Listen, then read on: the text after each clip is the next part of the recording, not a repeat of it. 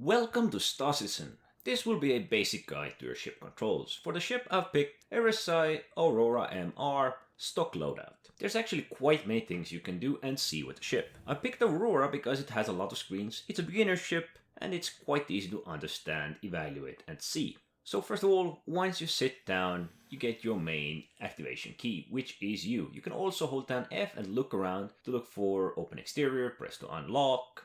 There's also flight ready and power on. Personally, we want to go flight ready, so the U key will pretty much do the same thing. Now, if you wish to turn off your engines, you can press the I key, although that's not really that important. Well, first of all, I'm going to increase my movement speed, which I'm going to do with a scroll, and you can see this little box moving up. It's not really important right now, but it's a good habit to have, otherwise you can do it later. So we got a lot of menus here. We got targets, we got our powers, we got energy, but we currently want to take off, so we're going to acknowledge this tab. This is the comms. We can go to the menu and pick the comms if we need to, and we can click on this little button here. We can also use the F11, go to the friends and interact with the low-will landing services, or you can bind yourself a key, which I have also done and which is very comfortable. You can also go into the third person view with the F4 and hold down the set key to look around. But back to the cockpit. So space to take off, or more precisely go up. WASD will move you in the wanted direction.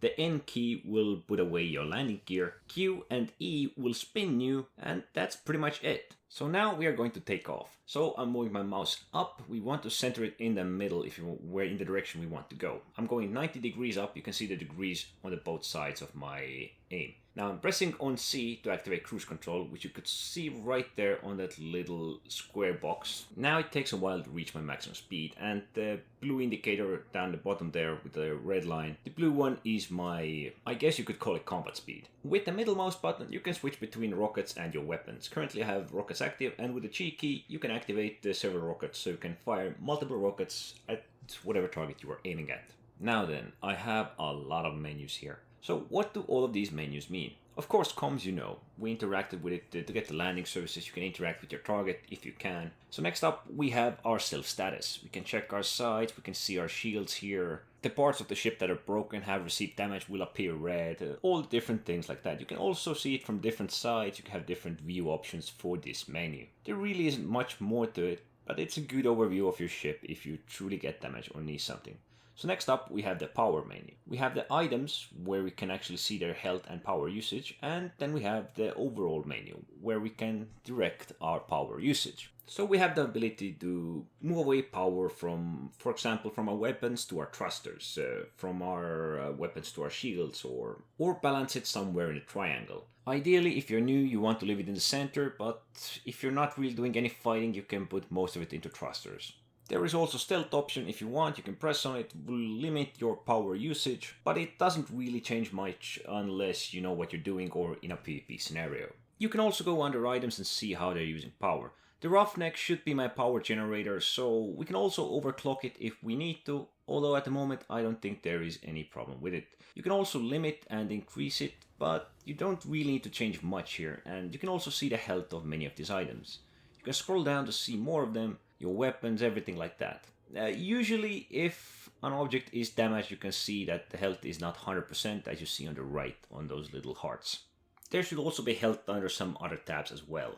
Okay then, on the right we have our weapons. I have 2 weapons here at the moment, and 2 empty. They're offline as you can see, and 2 rockets, missiles. These 2 are offline because those slots are empty at the moment. You can fill them in if you want, but this is a stock loadout, so I didn't really want to add anything. So next up we're gonna click and see what we have. This is the weapons, the damage, the health, the heat, everything like that. And here we have the rockets. Pretty much basic information about them. Their name, size and count. Of course also the type, infrared, which is heat seeking. You can't do anything with the shields in a light fighter, otherwise you could use the numpad keys to increase certain sides if you're flying a bigger ship. Under items you can also have a look at what you have. How much is their health, how much are they fortifying, and well, how's it all basically going. There's not much action going on right now, so there's not really much to say. I don't really need to press the standard, but it would reset the shields to their original positions. The heat menu on the other hand, you can also check the items from this. It's basically the same menu as the power menu, but it just shows you the heat or the signature in general, and you can check the items as you can under the power menu. There's not much more to say about the menus of the ship. Well then, I picked myself a bounty mission, and for the bounty mission I'm actually gonna talk a bit about the quantum travel, which is the B key. You press it, you wait for it to spool and calibrate. When it reaches 100% on both of these, spooling complete and calibration ready. And when you want to travel to your location, you aim at it and hold down the B key. Now you can actually do it with the longer distances, or you want to do it with a set route on the longer distances. You can pick a planet like Daymar. Can't really pick a location at the moment, I don't think so. Yeah, it doesn't feel like it, but we can set the planet. So we set the route and we can zoom back out. So it will in general actually put us on a road. The little dotted line is the direct route, which we can't really take, while the regular lines are the route we were to take if we were going to that place. You don't really need to do much here. If there is a bug, you can always press clear route. You can set yourself a route and clear route if the quantum travel doesn't really work. It can bug out if you focus on something and cancel it mid-flight. So press the B key, aim at your target, let it spool, let it calibrate, and then hold the B key. It will start quantum travel to that location if it is visible. For example, if the location is not behind the planet. You can visit locations that are on the other side of the planet, but you can't really visit, let's say, a space station that is on the other side of this planet. Now, this can take a bit, and once you're there, or the quantum travel stops, you can fly the ship once again. Now, I forgot to mention on the right, on the opposite of your speed, you can see the altitude, which is or can be quite important. And there is also a cooldown period for your quantum travel. So the longer the distance, the longer the cooldown period. If you want and you are at a space station, your ship is stored, you can go under F1 menu to your ship and select your ship. Here you can see the loadouts, the weapons, paints, and miscellaneous. Miscellaneous really isn't that important, but you can see what grade, what equipment, what type of weapons, everything that you have, what slots are empty. You can visit store, buy some equipment, or buy some parts for your ship, and refit them, and then save the changes. It can take a while for these changes to take effect. Now then, let's get to combat. So you press the D key, you lock onto your target, and we're gonna put the target menu right here. We can check the ship if we want to, and we will see what is damaged, what is going on with the ship, how are its shields. You can press tab to scan everything nearby. It will try to spot ships, and one is right there, so there are 2 enemy ships right here. We're gonna switch to rockets, and we're gonna let 2 circles collect around it. Since I'm using the infrared rockets, it goes usually really fast. You can lock on a target with 1 circle around them, but you get better luck with 2. And it will not lock on to targets closer than 1 kilometer. Personally, I would suggest aiming at around 2 to 4. 1 kilometer the rocket has a high chance of missing. So I'm most likely gonna switch to the other target. Well, most of my power is in the laser weapons, so I'm gonna need to use them instead of the rockets. Perhaps 2 rockets can knock out a ship, but since they're size 1, I believe there's not really too much damage in them. Now then, I've been being locked on as well, so what you want to do is press the H key, which is the decoy. It will confuse infrared rockets, and you might want to slightly move away from the direction you were going, so that you won't stay on the way of the rocket. Infrared missiles are simple, you just press the H key. But electromagnetic, for those you need to press the J, and you only have limited amount of those, which you can see on the right, 47 decoy and 5 noise. While the lock on target missiles you can't really dodge without breaking line of sight or just managing to outmaneuver them in a way. PvE combat is quite simple. You gotta keep moving at one direction and try to keep your focus on target. There is little aim assist, as you can see there is a little square which I want to hit. If I manage to get it straight in there, I will hit the center of the ship. You can actually manage your aim a bit if you wish to. So you can aim a bit higher for the wings or a bit more front for the nose, everything like that. PvE combat is quite simple. You just gotta stay on the target and keep bombarding them. Now we can see I damaged its modules, it's red, we can see it right there, and the ship will soon be gone.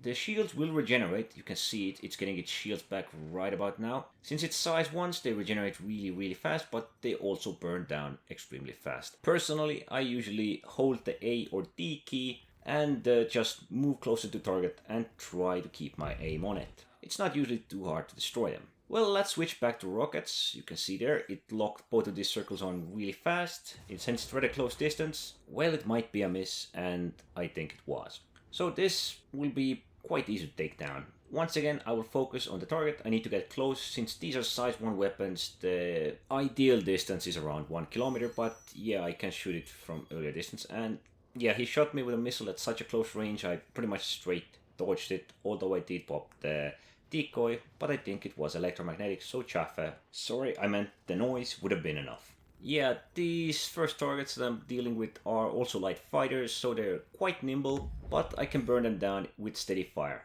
These weapons that I have are size 1, they don't really overheat to an extent that I can keep my focus on the target, so I don't really need to worry about it. Well, there's not much more to say about PvE combat. If you're closing in on a space station, you might want to slow down, might want to hold X, that is the brakes, or you might want to turn your ship's nose around and start speeding the other direction if the speed is way too fast. Also, one more thing, the little 2 arrows that you can see, give me a sec, up there, those are the movement or the location towards your ship is moving. This is so that I can actually look away while my ship is moving on that direction. It happens if you just speed up and then eventually stop moving at your direction and let go all of the movement keys, cruise controls, everything. So you can look around while your ship is moving on a certain road. Now, I guess we can land. So once again, the comms menu, F11, or you're bound, or the key that you have bound for contacting the landing.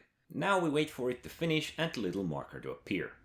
It should take for around 10 seconds or so, perhaps slightly more. There it is. If you're not looking at it, you can see a little arrow pointing towards it, and there is where we need to go. That is our landing pad that we have currently activated. Well, of course, you want to put down your landing gear with the N key. You might want to keep yourself at a steady speed, not going too fast, not going too slow.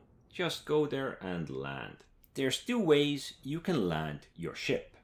One, you can land yourself manually, just to crush it to the ground while you're landing gear down. Hopefully. And the second option is assisted landing. So you fly rather close, rather slow around height like this, and you start holding the N key.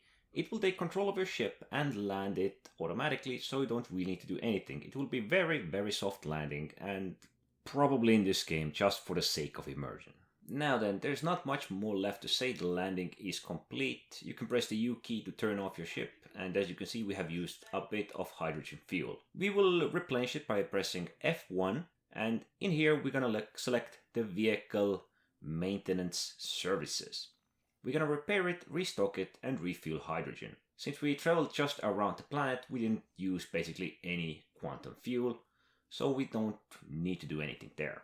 Well, these were just the basics of the ship and its controls and everything that you can see. There's actually plenty more things that you can do with the ship. I think this is enough for the basics. It actually went perhaps a bit too deep with the monitors, everything that you can check and see. But if you're interested in that thing, you can understand it quite easily, even if you just look upon it. At first, it might be slightly complicated, but yeah, in general, it's all quite simple. This was a bit of insight into your ships, its panels, controls, basics. There's quite a bit more. And as usual, have fun with your ships, and thanks for watching.